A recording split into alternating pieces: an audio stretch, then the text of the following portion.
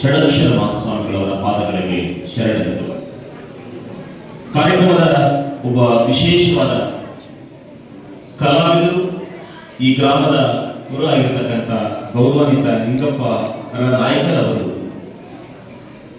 ನೌಕರರ ಸಂಘದ ಅಧ್ಯಕ್ಷರಾಗಿ ಸಮಾರಂಭದ ಅಧ್ಯಕ್ಷತೆಯನ್ನು ವಹಿಸಿಕೊಂಡಿದ್ದಾರೆ. ಮಾನ್ಯ ರವಿ ಕಂಗಲ್ರವರು, ಮಾನ್ಯ ನಿಕಟಪೂರ್ವ ಕನ್ನಡ ಸಾಹಿತ್ಯ ಪರಿಷತ್ತಿನ ಅಧ್ಯಕ್ಷರು, ವಾಗ್ಮಿಗಳು, ಸಾಹಿತಿಗಳು, ಮಾನ್ಯರೇ, ಶ್ರೀಯುತ ಶ್ರೀಕಾಂತ್ ಕಡಕ್ಬಾವಿ ಅವರೇ, ರಮೇಶ್ ಚನ್ನಾನಿ ಅವರೇ, ಬಸವರಾಜ್ ಹಡಗ್ಲಿ ಅವರೇ, ಶ್ರೀಮತಿ ಎಸ್.ಸಿ. ಮಠ ಅವರೇ ಮತ್ತು ವೇದಿಕೆಯನ್ನು ಅಲಂಕರಿಸಿರುವ ಎಲ್ಲ ಗೌರವಾನ್ವಿತ ಬಂಧುಗಳೇ, ಬಹುಶಃ ಹುಲ್ಗುರ್ಕಿ ಗ್ರಾಮದ ನೌಕರರ ಸಂಘದ ಎಲ್ಲ ಪದಾಧಿಕಾರಿಗಳೇ, ವಿದ್ಯಾರ್ಥಿಗಳೇ, ತಾಯಂದಿರೇ, ಯುವಕರೇ, ಈ ಗ್ರಾಮದ ಎಲ್ಲ ಗುರಿಹಿರಿಯರೇ, ನಿಮ್ಮೆಲ್ಲರಿಗೂ ಶರಣಾರ್ಥಿಗಳು.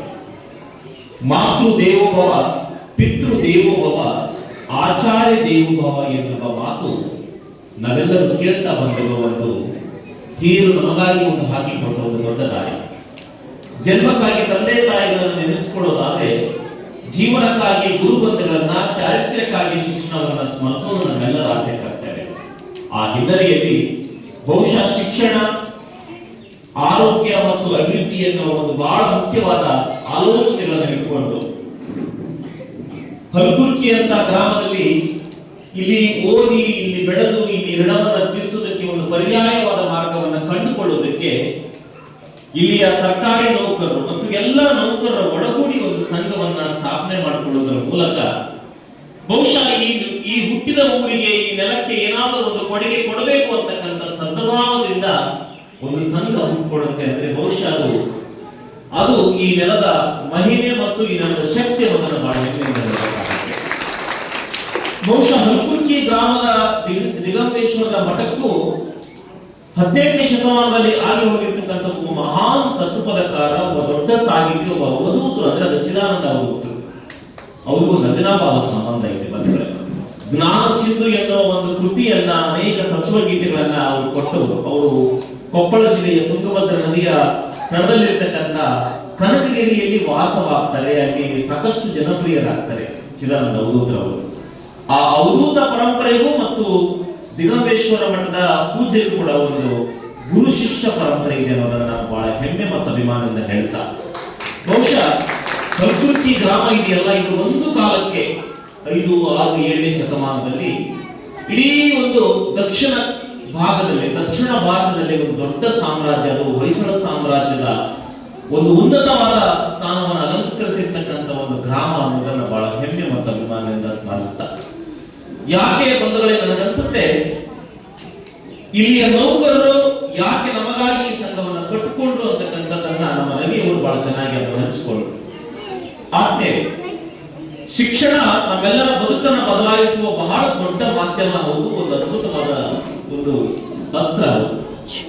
ಬಾಬಾ ಸಾಹೇಬ್ ಅಂಬೇಡ್ಕರ್ ಒಂದ್ ಕಡೆ ಹೇಳ್ತಾರೆ, ನಮ್ಮ ಬದುಕನ್ನು ಬದಲಾಯಿಸುವ ಯಾವುದಾದ್ರೂ ಜಗತ್ತಿನಾಗ ಒಂದು ದೊಡ್ಡ ಮಾರ್ಗ ಇದ್ರೆ ಅದು ಶಿಕ್ಷಣ ಅಂತಕ್ಕಂಥ ಮಾತನ್ನು ಹೇಳ್ತಾರೆ.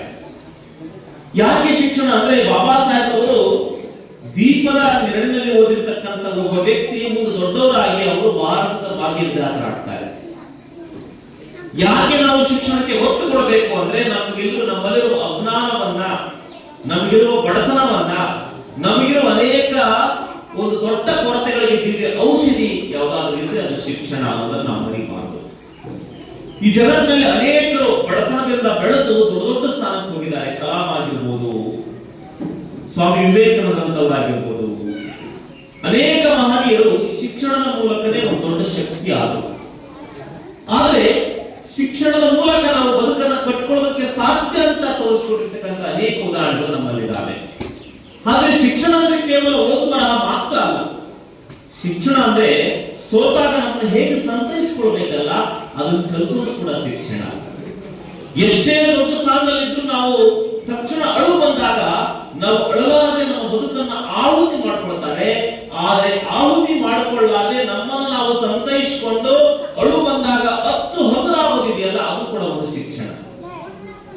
ಸರ್ವಪಲ್ಲಿ ರಾಧಾಕೃಷ್ಣ ಒಂದ್ ಕಡೆ ಹೇಳ್ತಾರೆ, ಯಾವುದು ಶಿಕ್ಷಣ ಅಂತಂದ್ರೆ, ಇಲ್ಲಿಯ ಪ್ರಜೆಗಳು ತಮ್ಮ ನೆರೆ ಹೊರಡವರೊಡನೆ ಉತ್ತಮ ಘನತೆ ಗೌರವದಿಂದ ವರ್ತಿಸುವಂತೆ ಮಾಡಿ, ಅವರಿಗೆ ಒಳ್ಳೆ ಔದಾರ್ಯ, ಸ್ನೇಹ, ಬಂಧುತ್ವ, ಭಾವೈಕ್ಯತೆ, ಸೋದರತ್ವದ ಎಳೆಗಳನ್ನ ಅವರಲ್ಲಿ ಪರಿಚಯಿಸಿ ಸಮಾಜದಲ್ಲಿ ನಾವೆಲ್ಲರೂ ಒಂದು ಒಳಗೊಳ್ಳುವುದಿದೆಯಲ್ಲ, ಅದು ಶಿಕ್ಷಣ ಅಂತಕ್ಕಂಥ ಮಾತನ್ನ ಸರ್ವಪಲ್ಲಿ ರಾಧಾಕೃಷ್ಣನ್ ಅವರು ಹೇಳ್ತಾ ಹೋಗ್ತಾ ಇದ್ದಾರೆ.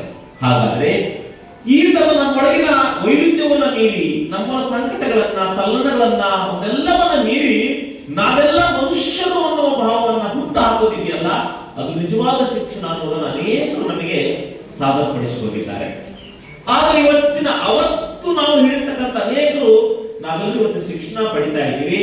ಆದರೆ ಆ ಶಿಕ್ಷಣ ನಮ್ಮನ್ನು ಒಂದುಗೂಡಿಸುವಲ್ಲಿ ಯಾಕೆ ಸೋತಿದೆ? ಈಗಲೂ ಕೂಡ ನಾವು ಜಾತಿ, ಧರ್ಮ, ಸಮಾಜ, ಬಡತನ, ಕಲರು, ಹೆಣ್ಣು, ಗಂಡು ಅಂತಕ್ಕಂಥ ಮೇಲು ಕೀಳುಗಳ ನಡುವೆ ನಾವು ಯಾಕೆ ಒದ್ದಾಡ್ತಾ ಇದ್ದೀವಿ ಅಂತಕ್ಕಂಥ ಪ್ರಶ್ನೆಯನ್ನು ನಾವು ಹಾಕೊಳ್ಬೇಕು.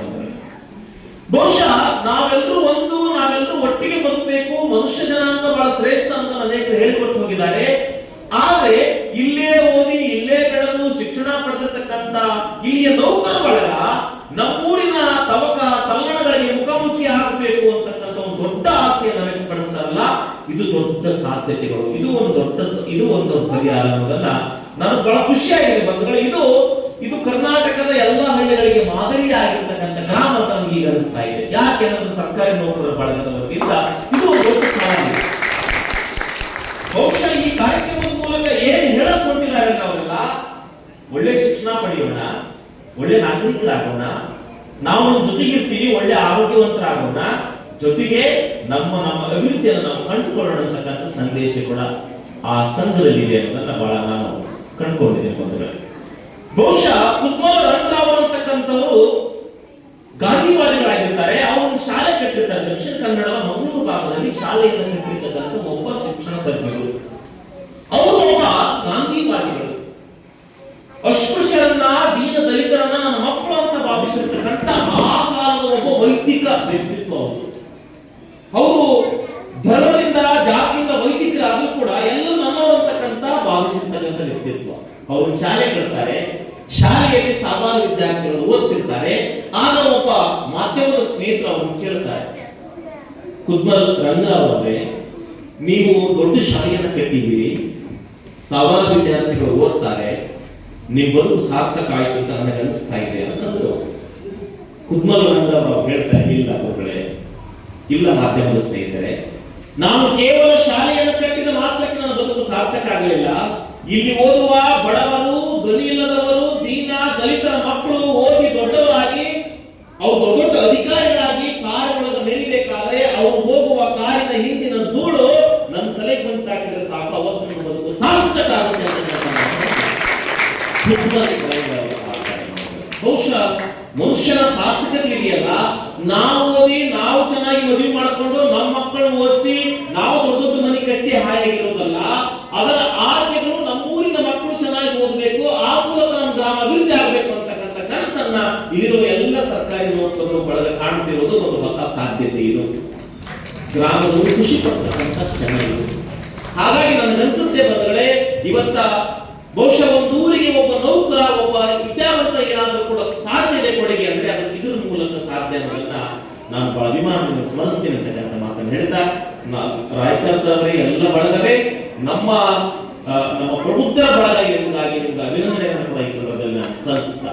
ಹಾಗಾದ್ರೆ ಇಲ್ಲಿ ಅನೇಕರು SSLCಯಲ್ಲಿ, PVCಯಲ್ಲಿ ಒಳ್ಳೆ ಸಾಧನೆ ಮಾಡಿದ್ದೀರಿ, ನಿಮಗೆ ಅಭಿನಂದನೆಗಳು. ಆದ್ರೆ ನಮಗೆ ಒಂದು ಸವಾಲುಗಳು ಕಾಡ್ತಾ ಇದೆ. ವಿದ್ಯಾವಂತರಾಗಿರ್ತಕ್ಕಂಥವ್ರು ನಾವು ಒಂದೊಂದು ದಿನ ಎಲ್ಲೋ ಒಂದ್ ಕಡೆಗೆ ನಮ್ಮ ಮಾನವೀಯತೆಯನ್ನ ಬಿಟ್ಟು ಸಾಕ್ತಿದೀವಿ ಅನ್ನುವಂತಕ್ಕಂಥ ಒಂದು ಪ್ರಶ್ನೆಗಳನ್ನು ನಾವು ತಿಳ್ಕೊಳ್ಬೇಕು. ಅದಕ್ಕೆ ಹಿರಿಯರು ಬಹಳ ಚೆಂದ ಹೇಳ್ತಾರೆ, ವಿದ್ಯೆಗೆ ವಿನಯವೇ ಭೂಷಣ ಅಂತ ಹೇಳಿದ್ರು. ಮೊದಲ ಮನೆ ಮೊದಲ ಪಾಠಶಾಲೆ ಅಂತ ಹೇಳಿದ್ರು. ತಾಯಿಯೇ ಮೊದಲ ಗುರು ಅಂತ ಹೇಳಿದ್ರು. ಯಾಕಂತಂದ್ರು ಅಂತಂದ್ರೆ ಕುಟುಂಬ ನಮಗೆ ಎಲ್ಲಾ ಮೌಲ್ಯಗಳನ್ನು ಕಲಿಸಿಕೊಡ್ತಾ ಇತ್ತು. ಗ್ರಾಮ ನಮಗೆ ಅನೇಕ ವಿಚಾರಗಳನ್ನು ಕಲಿಸಿಕೊಡ್ತಾ ಇತ್ತು. ಜಾತ್ರೆಗಳು, ಹಬ್ಬಗಳು, ಹರಿದಿನಗಳು, ಉತ್ಸವಗಳು, ಇಂಥ ಕಾರ್ಯಕ್ರಮಗಳ ಮೂಲಕ ನಾವು ಏನ್ ತಿಳಿಬೇಕು ಅಂದ್ರೆ ಇವತ್ತಿನ ನೌಕರ ಬಳಗ ಮಾಡ್ತಕ್ಕಂಥ ಇವತ್ತಿನ ಕಾರ್ಯಕ್ರಮ ಮುಂದೆ 20 ವರ್ಷದ ನಂತರ ಇಲ್ಲಿರುವ ಪೀಳಿಗೆ ಕೂಡ ಅದನ್ನು ಮುಂದುವರಿಸಿಕೊಂಡು ಹೋಗಬೇಕು ಅಂತಕ್ಕಂಥ ಒಂದು ಸಂದೇಶ ಇವತ್ತಿನ ಕಾರ್ಯಕ್ರಮದಲ್ಲಿ ಇದೆ. ಆ ಕಾರಣಕ್ಕೋಸ್ಕರ ಈ ಕಾರ್ಯಕ್ರಮ ನಾವು ಅಭಿಮಾನಿಸಬೇಕು, ಸ್ಮರಿಸಬೇಕು, ಅದನ್ನ ಹೊಗಳಬೇಕಾಗುತ್ತೆ ಬಂದರೆ. ಬಹುಶಃ ಇವತ್ತು ಮೌಲ್ಯಗಳು ನಮ್ಮ ಕಡಿಮೆ ಆಗ್ತಾ ಇದೆ, ಶಿಕ್ಷಣವಂತರಾಗ್ತಾ ಇದೀವಿ. ಹತ್ತಿ ಕಟ್ಟಿಗೆ ಬತ್ತಿ ಕಟ್ಟಿಗೆ ಬಾಬಾ ನೋಡ ಬಸ ನೋಡ ಕೈ ಕೈ ತೂಡುಗೈ ಪಂಚಂ ಪಗಡ ನೆಲ್ಲಗಟ್ಟ ಹನುಮ ದಾಸರ ಬರಮ ತಿಪ್ಪಿ ಮೇಲೆ ಕೋಳಿ ರಜತ ಇದು ಜನಪದ ಗೀತೆ. ಕಣ್ಣ ಮುಚ್ಚೆ ಕಾಡಿ ಮೂಡಿ ಉದ್ದಿನ ಮುಟ್ಟೆ ಉರುಳಿ ಹೋಯ್ತು ನಮ್ಮಯ್ಯ ಅಕ್ಕಿ ಬಿಟ್ಟೆ ಬಿಟ್ಟೆ ನಿಮ್ಮಯ್ಯ ಅಕ್ಕಿ ಜೋಕೆ ಜೋಕೆ ಅವ್ವ ಹೇಳ್ತಿದ್ವಿ ಅದರ ಪದವನ್ನ. ಮಗು ಹೊರಬೇಕಾದ್ರೆ ತಾಯಿ ಮಕ್ಕಳನ್ನ ರಮಿಸ್ಬೇಕಾದ್ರ ಪದಗಳನ್ನ ಹಾಡ್ತಾ ಗಾದೆಗಳನ್ನ ಹೇಳ್ತಾ ಕಥೆಯನ್ನ ಹೇಳ್ತಾ ನಮ್ಮ ಮಕ್ಕಳನ್ನ ರಮಿಸ್ತಿದ್ದು, ಆಡಿಸ್ತಿದ್ದು, ಓದಿಸ್ತಿದ್ದು, ಬೆಳೆಸ್ತಿದ್ದು. ಅಳಬ್ಯಾಡು ನನ್ನ ಕಂದ ನನ್ನ ಹಾಲ ಮಾರಿ ಬರ್ತೀನಿ, ಹಾಲ ಮಾರಿ ಬರ್ತೀನಿ, ಹಾಲ ಗಡಗ ತರ್ತೀನಿ, ಮೊಸರು ಮಾರಿ ಬರ್ತೀನಿ, ನಿನಗ ಸೂರಂಗಿ ತರ್ತೀನಿ, ಬೆಣ್ಣೆ ಮಾರಿ ಬರ್ತೀನಿ, ನಿನಗ ಉಣ್ಣಿ ಅಂಗಿ ತರ್ತೀನಿ. ಅಳಬ್ಯಾಡು ನನ್ನ ಕಂದ ನನ್ನ ಹಾಲ ಮಾರಿ ಬರ್ತೀನಿ. ಮಗು ಹೇಳುವ ಹಾಡಿನಲ್ಲಿ ಒಂದು ಆಪ್ತತೆ ಇತ್ತು, ಒಂದು ಸಂದೇಶ ಇತ್ತು. ಅಳಗಾಡ ಮಗು ನಾನು ಜೊತೆ ಇರ್ತೀನಿ ಅಂತಕ್ಕಂಥ ಒಂದು ಸಂದೇಶ ಇತ್ತು. ಮಗು ಹೊಡ್ತಾ ಇತ್ತು, ಅವರು ಬಿಡ್ತಿರ್ಲಿಲ್ಲ, ಮತ್ತೊಂದು ಪದ ಕಟ್ಟಿ ಹಾಡ್ತಿದ್ರು. ಅಳಬ್ಯಾಡು ನನಕಂದ ಮಾರಿ ಬರ್ತೀನಿ ಹೇಳ್ತಾ ಇತ್ತು. ಮಗು ಹೊಡ್ತಾ ಇತ್ತು. ತೊಟ್ಟಿಲ ಒಳಗೊಂದು ತೊಳದ ಮುತ್ತನ ಕಂಡೆ, ಹೊಟ್ಟೆ ಮೇಲಾಗಿ ಬಲಗು ನನ್ನ ಗಂಡ ಮುತ್ತಿನ ದೃಷ್ಟಿ ತೆಗೆದೇನಂತ ಹೇಳ್ತಾ ಇತ್ತು. ಮಗು ಹೊಡ್ತಾ ಇತ್ತು. ಚಂದ ಚಂದ ಸೇರುವ ಚೊಂಗು ಬಿಟ್ಕೊಂಡು ಬರುವ ಎಂಟೆತ್ತಿನ ಬಂಡಿ, ಬಂಡಿನಲ್ಲೇ ನವಿಲು ನವಿಲಿಗೇರಿ ನೋಡು, ನವಿಲು ಕುಚ್ಚ ನೋಡು, ಚಿಗಿರಿ ಚಿಗಿರಿ ಚಿಕ್ಕಪ್ಪ ಅಮೆರಿಕಾಳ ಮುಕ್ಕಪ್ಪ, ಪಾಟಿ ಮೇಲೆ ಪಾಟಿ. ಒಂದು ತಿಂಗಳು ಸುದ್ದಿ ಕೋವಿಡ್ ಮಗು ಹೇಳ್ತಾ ಇತ್ತು, ಮಕ್ಕಳನ್ನ ಆಡಿಸ್ತಾ ಇತ್ತು, ಮಕ್ಕಳು ಊಟ ಮಾಡಿಸ್ತಾ ಇತ್ತು.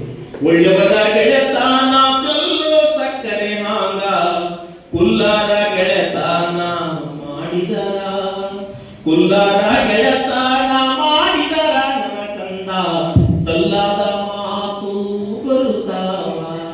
ತಾಯಿ ಹಾಸ್ಯ, ಮಗ ಆಚಾರಕರ ಸಾಗು, ನೀತಿಗೆ ಬರುವಾಗ ಮಾತುಗಳ ಚೂಡ ಮಣಿಯಾಗು ನನ್ನ ಕಂದ, ಜ್ಯೋತಿ ಆಗ್ಬೇಕು ನೀನು ಜಗಕ್ಕೆಲ್ಲ ಆಗ್ತಕ್ಕಂಥ ಹಾಡಿನ ಮೂಲಕ ಮಕ್ಕಳನ್ನು ಬೆಳೆಸ್ತಾ ಇದ್ದ. ಇದು ಅರ್ಥ ಏನು ಅಂದ್ರೆ, ತಾಯಿಗೊಂದು ಆಸೆ ಇತ್ತು, ನೀನು 4 ಮಂದಿ ಬಾಯಕ್ಕೆ ಬರಬೇಕು, ಒಳ್ಳೆ ನಾಗರಿಕನಾಗಬೇಕು ಅಂತಕ್ಕಂಥ ಮಹಾದಾಸೆ ಅವತ್ತಿನ ತಾಯಿಗೆ ಬಂದ್ರೆ.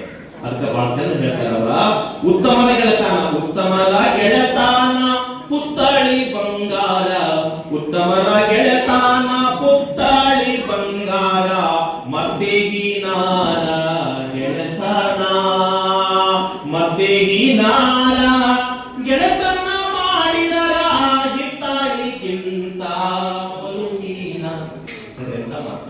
ಮತ್ತೆ ಹೀನಾರ ಗೆಳೆತನ ಮಾಡಿದರ ಹಿತ್ತಾಳಿಗಿಂತ ಬಲುಹೀನ, ಉತ್ತಮ ಗೆಳೆತನ ಮಾಡಿದರ ಪುತ್ತಳಿ ಬಂಗಾರ ಅಂತಕ್ಕಂಥ ಮಾತನ್ನ ಅವ್ವ ಯಾಕೆ ಆಡಿದ್ದು, ಯಾಕೆ ಹೇಳಿದ್ದು ಅಂತಂದ್ರ, ವಿದ್ಯೆಯ ಜೊತೆ ಜೊತೆಗೆ ನಮಗೆ ಸಂಸ್ಕಾರ, ವಿನಯ, ಬದುಕು, ಎಲ್ಲರನ್ನ ಕಾಕ, ದೊಡ್ಡಪ್ಪ, ಮಾವ, ಚಿಗಪ್ಪ, ಎಣ್ಣ, ಎಕ್ಕ, ಬಂಧು, ಗುರುಗಳು, ಈ ಬಾಂಧವ್ಯವನ್ನ ಅರ್ಥ ಮಾಡಿಕೊಳ್ಬೇಕು ಅಂತಕ್ಕಂಥ ಮಹಾನ್ ಕನಸು ಒಬ್ಬ ತಾಯಿಯಂತರಿತ್ತು. ಅದಕ್ಕೆ ಆದ್ಮೇಲೆ ನನಗನ್ಸುತ್ತೆ, ಒಂದು ಸಣ್ಣ ಹಳ್ಳಿ ಈಗಲೂ ನೆನಪಾಗುತ್ತೆ. ಒಂದು ಸಣ್ಣ ಹಳ್ಳಿ ಒಳಗೊಂದು ಬೇವಿನ ಮರ, ಆ ತರದ ಒಂದು ಬೇವಿನ ಮರ, ಬೇವಿನ ಕಟ್ಟಿ 4 ಜನ ಕುತ್ಕೊಂಡಿರ್ತಾರೆ. ಒಂದು ಹುಡುಗ ಗೋಲಿ ಆಟ ಆಡ್ತಿರ್ತಾನೆ. ಅಲ್ಲಿ ಕೂತ್ಕೊಂಡ್ರು 4 ಜನ ಕೇಳ್ತಾರೆ, ಈ ಹುಡುಗ ಯಾರ ಮಗ ಅಂದಾಗ, ವಿದ್ಯಾರ್ಥಿಗಳು ನಿಮ್ ಬಗ್ಗೆ ಹೇಳ್ತಾ ಇದ್ದೀನಿ, ಆ ಹುಡುಗ ಯಾರ ಮಗ ಅಂದಾಗ, ಈ ಹುಡುಗ ನಮ್ಮೋಣಿ ಬಶ್ಯನ್ ಮಗ ಅಂದ್ರು. ಅವರು ಏನಂದ್ರು, ಮಾತಾಡ್ರ ಜೊತೆ ಏನಂದ್ರು, ನಮ್ಮೋಣಿ ಬಶ್ಯನ್ ಮಗ ಅಂದ್ರು. ಹುಡುಗ ಹೋಗಿ ಮನಿ ಕೇಳ್ತಾನೆ, ಅಪ್ಪ ನಿನ್ನ ಹೆಸರು ಬಸವರಾಜ ಅಲ್ಲೇನು? ಹೌದು. ಮತ್ತೆಲ್ಲರೂ ಬಶ್ಯ ಅಂತಾರಲ್ಲ, ನಿನಗೆ ಯಾಕ? ಅವರಪ್ಪ ನಗುತ್ತಾ ಹೇಳ್ತಾನಲ್ಲಿ, ಪುಟ್ಟ ನಾನು ಈ ಊರಿಗೆ ಸಾವುಕಾರಲ್ಲ, ಮಿಗಿಲಾಗಿ ನಾನು ಶಾಲೆ ಕಲ್ತಿಲ್ಲ, ನಮ್ಮಪ್ಪ ನಮ್ಮವ ನನಗ ಬಸವರಾಜ ಅಂತ ಇಟ್ರು, ಆ ಕಾರಣಕ್ಕೆ ನನಗವ್ರು ಬಸ್ಯ ಅಂತಾರ. 7ನೇ ಕ್ಲಾಸು 8ನೇ ಕ್ಲಾಸ್ ಓದ್ತಕ್ಕಂಥ ಹುಡುಗ ಹೇಳ್ತಾನೆ, ಅಪ್ಪ ನೀನು ಓದ್ಲಿಕ್ಕೆ ಏನಾಯ್ತು, ನನ್ನನ್ನು ಓದಿಸು, ನಾನು ನಿನ್ನ ಹೆಸರನ್ನ ಬದಲಾಯಿಸೋ ಪ್ರಯತ್ನ ಮಾಡ್ತೀನಿ ಅಂತ ಹೇಳ್ತಾನೆ. ಅಪ್ಪನ ಕಣ್ಣಾಗ ನೀರು ಬರುತ್ತೆ, ಮಗನನ್ನ ಬಿಗಿದಪ್ಪಿ ಹೇಳ್ತಾನೆ, ಅಪ್ಪ ಒಂದೊತ್ತಿನ ಊಟ ಇದು ಚಿಂತೆ ಇಲ್ಲ, ನೀನು ಓದಿಸ್ತೀನಿ ಮಗ ಅಂತಕ್ಕಂಥ ಮಾತು ಕೊಡ್ತಾನೆ. ಓದಿಸ್ಕೊಂಡು ಹುಡುಗ ಡಿಗ್ರಿ ಮಾಡ್ಕೊಂಡು ಹಳ್ಳಿಗೆ ಬಂದಾಗ ಅದೇ ಬೇವಿನ ಕಟ್ಟಿ ಮೇಲೆ ಕೂತ್ಕೊಂಡು 4 ಜನ ಮಾತಾಡ್ತಾರ, ಈ ಹುಡುಗ ಯಾರ ಮಗ ರೀ ಅಂದಾಗ, ಈ ಹುಡುಗ ನಮ್ಮ ಮುನಿ ಬಸಪ್ಪನ ಮಗ ಇರ್ಬೋದು ಅಂದ್ರು. ಮುಂಚೆ ಏನಂತಿದ್ರು, ಈಗೇನ ಹೇಳಕತ್ರು. ಅದೇ ಹುಡುಗ ಒಂದಿನ ಡಿಗ್ರಿ ಮಾಡ್ಕೊಂಡು MA ಮಾಡ್ಕೊಂಡು IAS ಪಾಸ್ ಆಗಿ ಹಳ್ಳಿಗೆ ಬಂದ. ಕಾರ್ನಾಗ ಬರ್ಬೇಕಾದಾಗ ಈ ಹುಡುಗ ಯಾರೋ ಹನುಮಪ್ಪಜ್ಜ ಅಂದಾಗ, ಈ ಹುಡುಗ ನಮ್ಮೋಣಿ ಬಸಪ್ಪನವ್ರ ಮಗ, ನಮ್ಮೋಣಿಯ ಬಸಣ್ಣದನಲ್ಲ ನಮ್ಮ ಓಣ್ಯಾಗ ಅವ್ರ ಮಗ ಅವರು ಅಂತಕ್ಕಂಥ ಮಾತಾಡಿ. ಮುಂಚೆ ಏನಂತಿದ್ರು, ಆಮೇಲೆ ಏನಂದ್ರು, ಆಮೇಲೆ ಏನ್ ಹೇಳಿದ್ರು, ಬಸಪ್ಪನವರು ಬಸಣ್ಣ ಅಂದ್ರು. ಆತ್ಮೀಯ ವಿದ್ಯಾರ್ಥಿಗಳೇ, ನನ್ನ ಸೋದರಿಯರೇ, ಇಲ್ಲಿರುವ ಎಲ್ಲ ಸಭಿಕರೇ, ನಾನು ನಿಮ್ಮನ್ನ ಕೈ ಮುಗಿದು ಕೇಳ್ತೀನಿ, ಬಸ್ಸ ಇಟ್ಟಿದ್ದು ಬಸಪ್ಪ, ಬಸಪ್ಪ ಬಸಪ್ಪನವರು, ಬಸಪ್ಪನವರು ಬಸಣ್ಣ ಆಗ್ಯಾರಂದ್ರೆ ಅದಕ್ಕೆ ಕಾರಣ ಶಿಕ್ಷಣ ಅನ್ನೋದು ನಾವು ನೀವು ಸ್ಮರಿಸಬೇಕು, ನೆನಪಿಬೇಕು. ಹಾಗಾದ್ರೆ ಒಳ್ಳೆಯ ಶಿಕ್ಷಣವನ್ನ ಪಡ್ಕೊಂಡಿವಿ, ಅದಕ್ಕೆ ಒಳ್ಳೆಯ ಸಂಸ್ಕಾರ ಇತ್ತು ಅಂದ್ರ ನಮ್ಗೆ ಒಳ್ಳೆ ಆರೋಗ್ಯ ಸಿಗುತ್ತೆ, ಒಳ್ಳೆ ಅಭಿವೃದ್ಧಿ ಆಗುತ್ತೆ. ನಮ್ಮ ಒಳ್ಳೆ ಆರೋಗ್ಯವನ್ನು ಕಳ್ಕೊಳ್ತಾ ಇದೀವಿ ಇವತ್ತು ನಾವು. ನಮ್ಮ ಅಜ್ಜಿ ಮಾಡ್ತಾ ಇದ್ದ ಜೋಳದ ರೊಟ್ಟಿ, ರಾಗಿ ಮುದ್ದೆ, ಅದ್ರ ಮುಂದೆ ನಮ್ಮ ಅಜ್ಜ ಆಗಿದ್ದ ಗಟ್ಟಿ ಗಟ್ಟಿ ಗಟ್ಟಿ ಗಟ್ಟಿ ಗಟ್ಟಿ ಜಟ್ಟಿ.